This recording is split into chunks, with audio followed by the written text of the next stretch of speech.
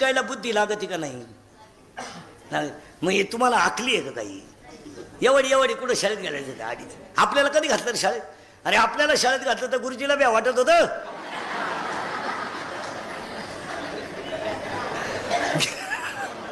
घ्यावा का नाही बा. गुरुजी म्हणायचा इतका मोठा, आपला बाप म्हणायचा वाढलाय. आपल्या वेळेस काही कॅलेंडर नाही. मग आपल्या आईला विचारलं का हे कधी झालं? आपली आई म्हणायची भाऊ लय पावसाळा झाला त्या साली थोरला, आणि त्या बापाचा गांजा पकडला त्या साली धाकटा, आणि वड्याला पाणी आलं ना खेळात तो बापा आंब्यावर अडकला त्या साली ठकी, आणि तांबड्या गायला काळा गोरा झाला त्या साली गंगी. होत का आपल्याला? आणि यांना का शाळेत गेलाय? यांना तुम्ही एवढी शाळेत गेले मरतील ना गार ठेवती. अजून यंदा थंडी जास्त पडणार. माझं होतं इंग्लिश मिडियमला, मी काढून घेतलं. म्हणलं एकच गेलं असतं मरून, ते गार थोडंच मिळालं असतं. असं चालायचं ते रफ्तारानं. म्हणलं नकोच आपल्याला एक आहे, परत होणार नाही हे जटे नको. काय करते 5 वाजता ती आई तिचं कार्ट उचलायची. 5 वाजता पहाटी गारठ मारण्याचं, आणि ते गारठ कपड्या सगळं आई बाथरूम. ते कार्ट म्हणायचं मुती. त्याची आई म्हणायची चैन खोल. अगं ते म्हणायचं झाली. तेवढ्यात एक जण म्हणायचं रिक्षा आली. ती टाय आणि ती बॅग आणि ती टिफिन आणि ती सॅग. इंग्लिश मिडियमचं पोरग जर गाडीतून उतरलं ना मला, ते 5-10 मिनिटं त्याच्या ऐक पाहते. ते हसत नाही. ते म्हणतं हसलो परत फिरलो का गाडी येते का काय, परत हसायचंच नाही. ते 5 मिनिटं त्याच्या आईक पाहते नुसतं. आणि त्याची आई दरिद्री त्याला म्हणती काय शिकवलं बाईनं? वांग शिकवलं बाईनं. काय शिकवली बाई? हा, हे मी एवढ्यांना शिकतोय तरी सुधारानं, आणि ती बाई 2.5 वर्षाच्या पोराला काय वांग शिकती? आता माझ्याकडे शिकायला काय एका वर्गातले आहेत का? पहिली ते नदी.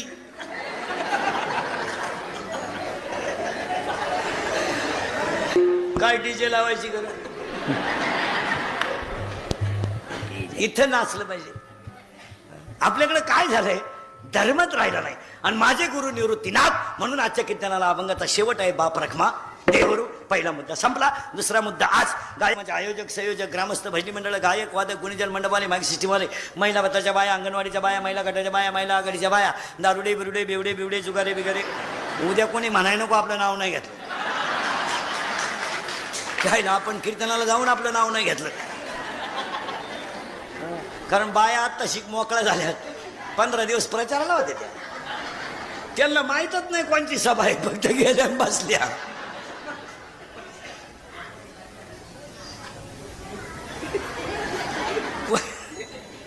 कोणत्या पक्षाची सभा आहे माहीतच नाही, फक्त गाडीत टाकल्या नेऊन बसावल्या. बरं त्या इतक्या हुशार आहे, 2-2 सभा काढल्या त्यांनी, फक्त गळ्यातलं फडकं बांधवायचं टोळी तीच. त्यांना विचारा ना मागच्या आठवड्यात सोयाबीन काढा येते का? मग महाराज 25% लोक निवडणुकीतल्या प्रचारात गुंतल्यामुळं आज सोयाबीन वाहून गेल्या. जर त्यावेळेस काही मजूर मिळाला असता शेतकऱ्याला 15 दिवस, काय झालं महाराज? मजूरच मिळाली नव्हती. यांना नाही राहिली गरज.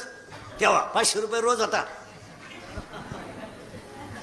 दिवाळी त्यांची आपल्यापेक्षा टकाटक झाली. लबाड बोलायचं नाही, झाली का नाही? आता बसल्या थोबाड वासून. आता काय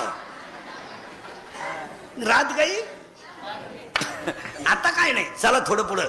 गायक, वादक, गुणीजन मंडपाले, माई सिस्टीमवाले, कार्यालयाचे मालक बिलक, गुगे पाटील परिवार, त्यांच्यावर प्रेम करणारे आपले मित्र पावडे परिवार, गायक, वादक, गुणीजन सगळ्यांच्या उपस्थितीमध्ये या मातेला भावपूर्ण श्रद्धांजली वाहण्याच्या कीर्तनाला सुरुवात.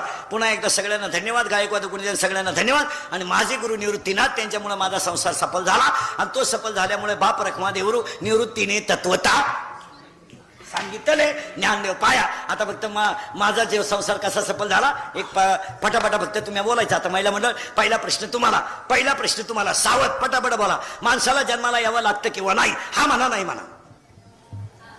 हा आता फायनल वर का, पुन्हा डोकं नाही लावायचं. हा एवढंच मोबाईल मध्ये घेऊन जाताना एवढंच रोज ऐकायचं. बारीक ऐका. आता माणसाला जन्माला यावंच लागतं. आता तुम्ही नाही म्हणले तरी यावं लागणार, हा म्हणले तरी यावं लागणार. का? उत्तर एक फायनल करू फक्त. यावंच. पुन्हा डोक्याला ताण नाही करायचं बरं का. आता आता बसणाऱ्या माणसाने फायनल करायचं, आता यावंच लागतं. कशाला यावं लागतं त्याचं उत्तर ऐका. आता आपले जे मागच्या जन्माचे सगळे भोग आहेत ते भोगून संपवण्यासाठी यावं लागतं. पुरावा आहे का? वारकरी मंडळी, टाळकरी मंडळी, महाराज बिराज मंडळी, माता माऊली पाचारिता शब्द नाही दिला, मागुता बाहेरा झालो नर येता, साधू संतांची निंदा केली, हरिभक्तांची स्तुती नाही केली, त्याने वाचा पंगू झाली, मुका झालो वाचा गेली, होतो पंडित महाज्ञानी, चार वेद मुखदगत वाणी, गर्वामध्ये झाली सर्व हानी, निंदिले उपांना तेने पावलो मुखबंधना.